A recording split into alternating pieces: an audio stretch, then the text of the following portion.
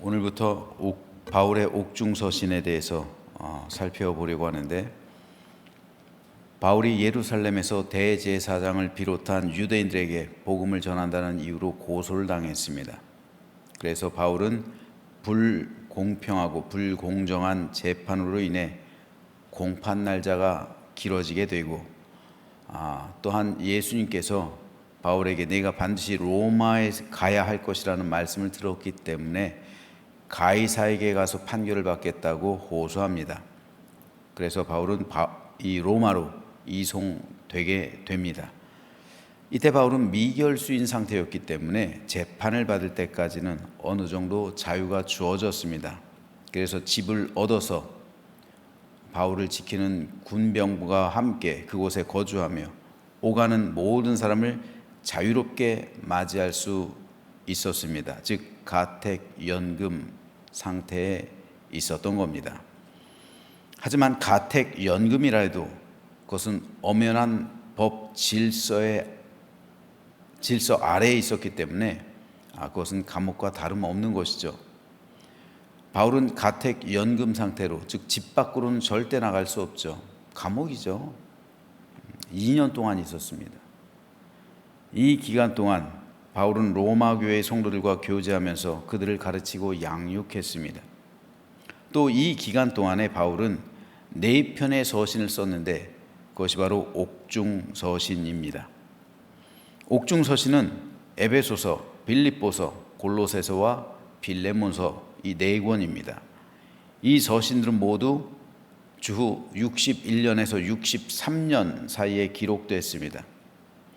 이번 한 주간 동안에는 가장 먼저 에베소서에 대해서 살펴보려고 합니다.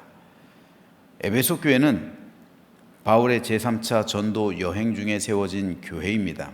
이때 바울은 두란노 서원에서 약 3년 동안 에베소 교회 성도들을 양육했습니다. 바울의 전도 여행 가운데 가장 긴 시간 동안 함께했던 교회가 에베소 교회입니다. 에베소 교회는 좋은 사람들이 많이 있었어요.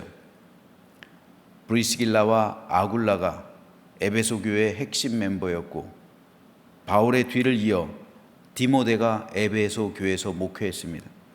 이후에는 사도 요한이 에베소 교회에서 목회했습니다.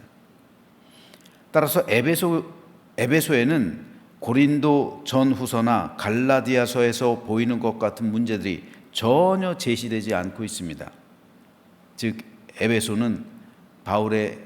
교회는 바울에게 기쁨을 주는 교회, 바울에게 위로와 힘을 주는 교회, 바울을 격려하는 교회, 바울을 후원하는 교회였습니다.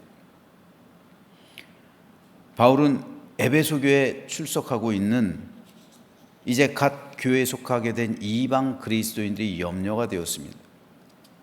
그래서 그들에게 그리스도의 구속 공동체인 교회가 어떻게 신약 시대에 이르러서 이방인들까지 포함하게 되었는지에 대해서 그 과정과 의의를 설명합니다. 그래서 많은 신학자들은 에베소서를 교회론 그리고 구속론의 결정체라고 주장합니다. 즉 에베소서를 교회론과 구속론의 관점에서 해석하는 겁니다. 중요한 것은 바울이 교회를 유대인들 중심의 구약 공동체에서 만민으로 확장된 신약 공동체로 정의했다는 겁니다. 즉 구약은 유대인 중심의 언약 중심의 그런 공동체였다면 이제 신약은 교회 중심이 되었다는 거예요. 만민으로 확장되었다는 겁니다. 그리고 그리스도의 십자가가 그 중심에 있는 거예요. 그러므로 교회는 신약 시대에 세워진 구속 공동체이며 역사적 연속성과 정통성과 단일성과 통일성과 유일성을 가지고 있다고 바울은 에베소서를 통해 증명해 보이고 있는 겁니다. 그래서 에베소서의 중심은 교회론 그리고 구속론이에요. 이 두 가지를 중심으로 바울은 에베소서를 설명하고 있습니다. 에베소서는 크게 두 부분으로 나눌 수가 있어요. 그러니까 여러분 에베소서를 읽을 때 어떤 관점으로 읽으셔야 하냐면 교회론 그리고 구속론에 입각해서 에베소서를 읽으면은 바울이 에베소서를 쓴 목적과 부합되게 읽을 수가 있습니다. 에베소서는 크게 두 부분으로 나눌 수가 있는데 전반부는 1장에서 3장입니다. 여기에서는 하나님의 구속의 목적 및 그리스도 안에서의 구속받은 성도의 지위에 대해서 설명하고 있고, 후반부는 4장에서 6장인데 여기서는 구속받은 성도로서의 새로운 삶에 대한 실천적인 권면을 기록하고 있습니다. 오늘은 이 가운데 에베소를 시작하는 1장을 읽었는데 1장은 세 문단으로 나눌 수가 있습니다. 먼저 1절, 2절은 발신자와 수신자 표기 및 축도로 된 머릿말이, 3절에서 14절은 그리스도 안에서의 하나님의 구속 예정과 그 성취 및 성령의 인침에 관해서, 그리고 15절에서 23절은 성도들의 영적 지각을 위한 중보기도와 교회의 머리이신 그리스도의 탁월성에 대해서 기록하고 있습니다. 자, 오늘은 이 가운데 마지막 문단에 있는 바울의 중보기도에 대해서 좀 살펴보려고 합니다. 에베소서에는 바울의 중보기도, 에베소 교회 성도를 향한 바울의 중보기도가 두 차례 기록되고 있어요. 오늘 우리가 읽은 1장 17절에서 19절이 바울의 중보기도고요. 첫 번째 중보기도고요. 그리고 3장 14절에서 19절이 바울의 두 번째 중보기도예요. 우리도 중보기도 팀에서 교회와 성도를 위해 중보기도하고 있는데, 중보기도의 원형을 오늘 우리는 발견할 수 있는 거예요. 어떻게 바울이 중보기도를 했는지요. 그리고 그 중보기도가 오늘 우리가 드리는 중보기도와 어떻게 다른지 오늘은 좀 살펴보려고 합니다.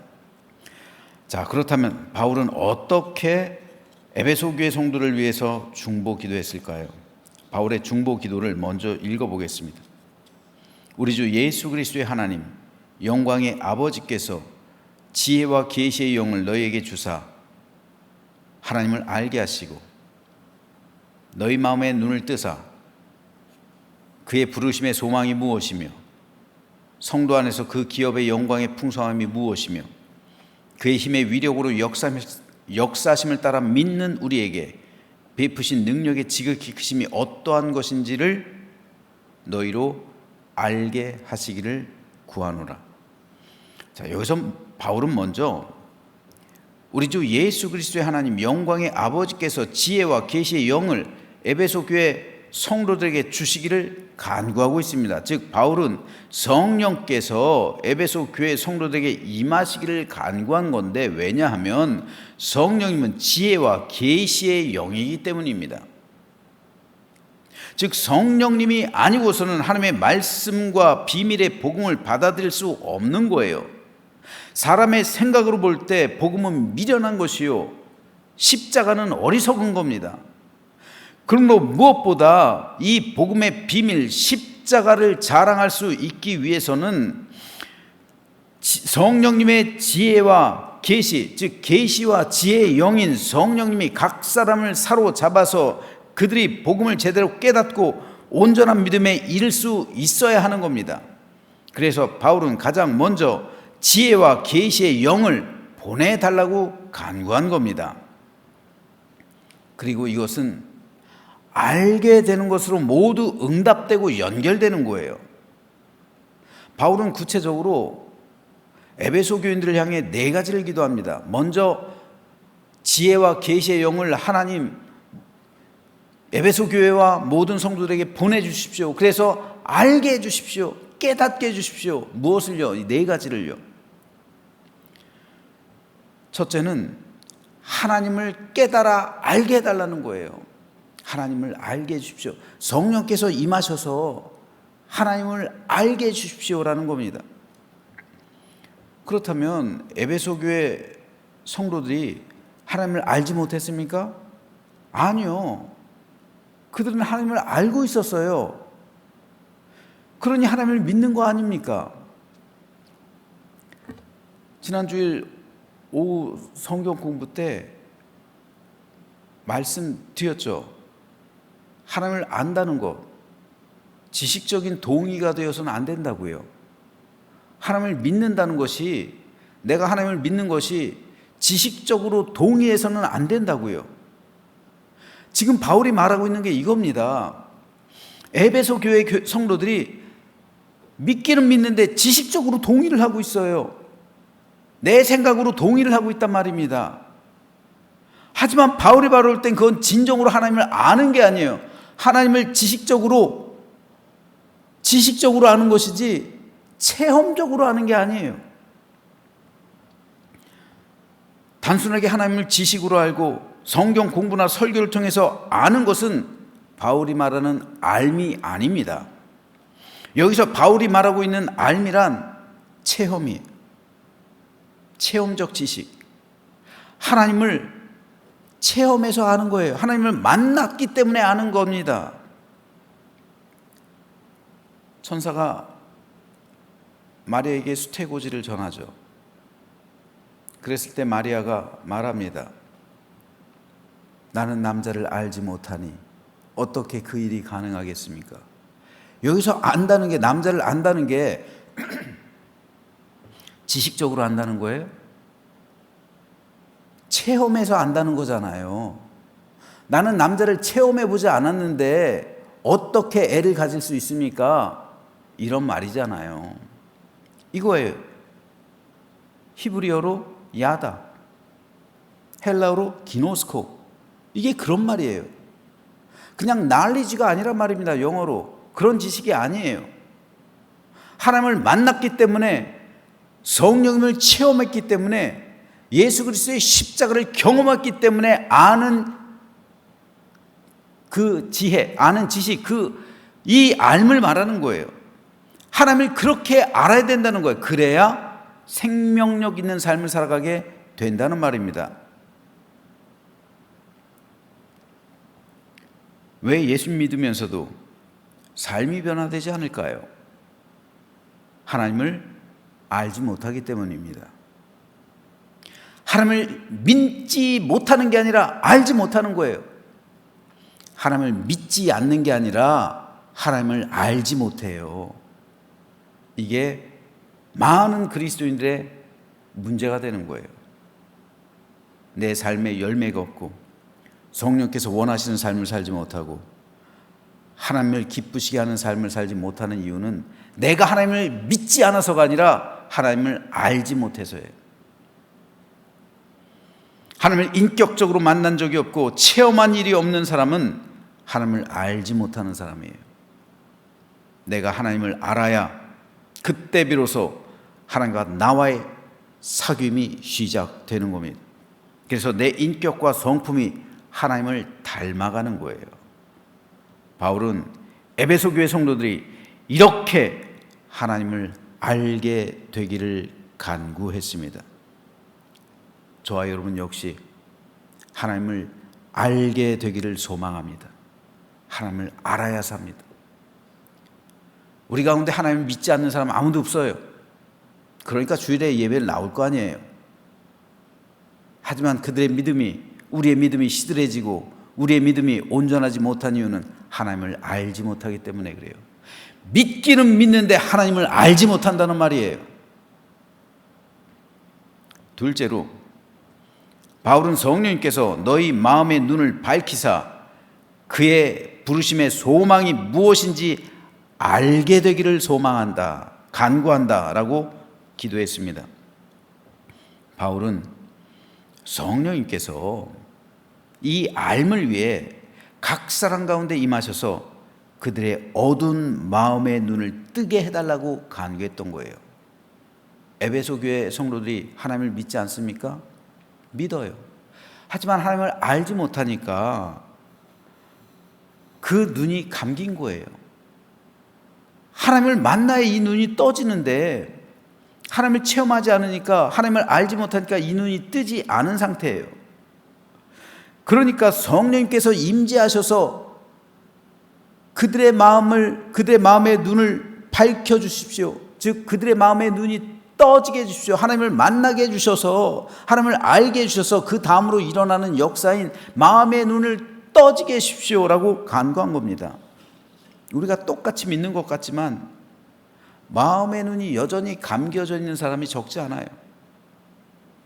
마음의 눈이 떠져 있어야 하나님의 역사심을 보는 거예요. 비전이란 계시죠. 하나님께서 보여주시는 거예요. 근데 마음의 문이 감겨져 있으면 어떻게 계시를 보나요? 어떻게 하나님의 뜻을 발견하나요? 마음의 눈이 감겨져 있는 상태에서 아무리 하나님의 인도하심을 구해 보십시오. 그 길을 발견할 수 있나? 발견하지 못하는 거예요. 마음의 눈이 감겨져 있는데 어떻게 그 길을 발견해요? 마음의 눈이 감겨져 있으니 심령 상태가 어둡게 되는 것이고 하나님의 뜻을 분별할 수가 없는 것이고 하나님께서 보여주시는 비전을 바라볼 수가 없는 겁니다. 그래서 바울은 성령께서 임하셔서 그들의 어두운 마음의 눈을 뜨게 해주십시오 라고 기도했던 거예요. 셋째로 바울은 성도 안에서 그 기업의 영광의 풍성함이 무엇인지 알게 해달라고 기도했습니다. 그 기업, 이 기업이 어디 있는 겁니까? 하늘에 속한 거잖아요. 하늘에 속한 그 기업, 에베소 교회 성도들이 가지고 있는 그 하늘의 기업의 영광의 풍성함이 얼마나 크고 좋은 것인지 깨달아 알게 해달라고 기도했던 거예요. 여러분들, 우리 이 기도해야 돼요. 우리에게 주어진 하늘의 기업이 얼마나 크고 풍성한 것인지 우린 그것을 위해 이 세상에서 살아가야 되는 거예요. 그런데 대부분의 성도들은 하늘이 있음을 알아요. 천국이 있음도 알아요. 그런데 천국을 위해서 살아가지 않아요. 이 세상을 위해서 살아가고 있단 말이에요. 그때나 지금이나 똑같아요. 왜요? 성도들이 살아가는 삶의 현장은 지금 이 땅이기 때문에. 그러니까 이 땅만 바라보고 있는 거예요. 그때나 지금이나 땅에 살아가는 것은 동일하기 때문에 세상을 추구하기 쉬운 것이고, 성도라 할지라도 세상에서의 잘 되는 것, 세상에서 잘 사는 것, 세상에서 온 정신이 집중되기가 쉬운 거예요. 그래서 하늘을 잊어버리기가 쉬운 거예요. 그래서 바울은 하늘의 기업의 영광이 풍성함이 어떠한 것인지 깨달아 알게 되기를 간구하고 있는 거예요. 오늘 우리도 마찬가지예요. 오늘 우리가 이 세상에서 살아가고 이 세상 속에서 어떠한 일을 하고 있지만 그 일은 결국 하늘의 영광을 위해서 하는 일이어야 되는, 하늘과 연관이 되어야 되는 거예요. 이 하늘과 연관이 되지 않고 이 땅으로 그치는 것은, 그것은 참된 믿음의 행위라고 할 수가 없는 겁니다. 그것은 그 사람의 영혼을 풍요롭게 하지 못해요. 그것은 그 사람의 영을 살리지 못해요. 오히려 이 세상에서 잘 되면 잘 될수록 하늘에서 멀어지게 되는 그러한 재앙의 결과를 맞이하게 되는 겁니다. 그래서 바울이 강구하는 것, 하늘의 기업의 영광의 풍성함이 무엇인지 깨달아 알게 해주십시오. 그래야 하늘을 위해 살아가죠. 이것을 위해 바울은 기도했던 겁니다. 그리고 이것이 우리의 기도여야 해요. 그래야 그때나 지금이나 동일하게 우리는 하늘의 삶을 살아가게 되는 겁니다. 마지막으로 바울은 그의 힘의 위력으로 역사심을 따라 믿는 우리에게 베푸신 능력의 지극히 크심이 어떠한 것인지를 깨달아 알게 해달라고 간구했습니다. 하나님의 우리를 향한 가장 큰 사랑의 표현이 십자가였죠. 그리고 하나님의 우리를 향한 가장 큰 능력의 표현은 예수님의 부활이에요. 우리를 향한 가장 큰 사랑의 표현은 십자가, 우리를 향한 가장 큰 능력의 표현은 부활이란 말이에요. 즉 바울이 말하고 있는 하나님께서 우리에게 베푸신 능력의 지극히 크심이란 예수님의 부활을 의미하는 거예요. 그러므로 바울은 에베소 교인들이 예수님의 부활에 대해서 확신하게 될 것을 간구하고 있는 거예요. 부활을 확신하지 못하는 성도가 많다는 말입니다. 그런데 부활에 대해 확실하게 알지 못한다면, 부활을 확신하지 못한다면 성도의 부활 역시 소망할 수가 없는 거예요. 종말론적인 삶을 살아갈 수 없는 겁니다. 따라서 바울은 하나님께서 우리에게 베푸신 능력의 지극히 크심이 어떠한지를 알게 되기를 간구한 거예요. 그로 인해서 종말론적인 소망과 삶을 살아갈 수 있기 때문입니다. 즉 하늘을 소망하는 그 삶을 살아가야 된다는 거예요.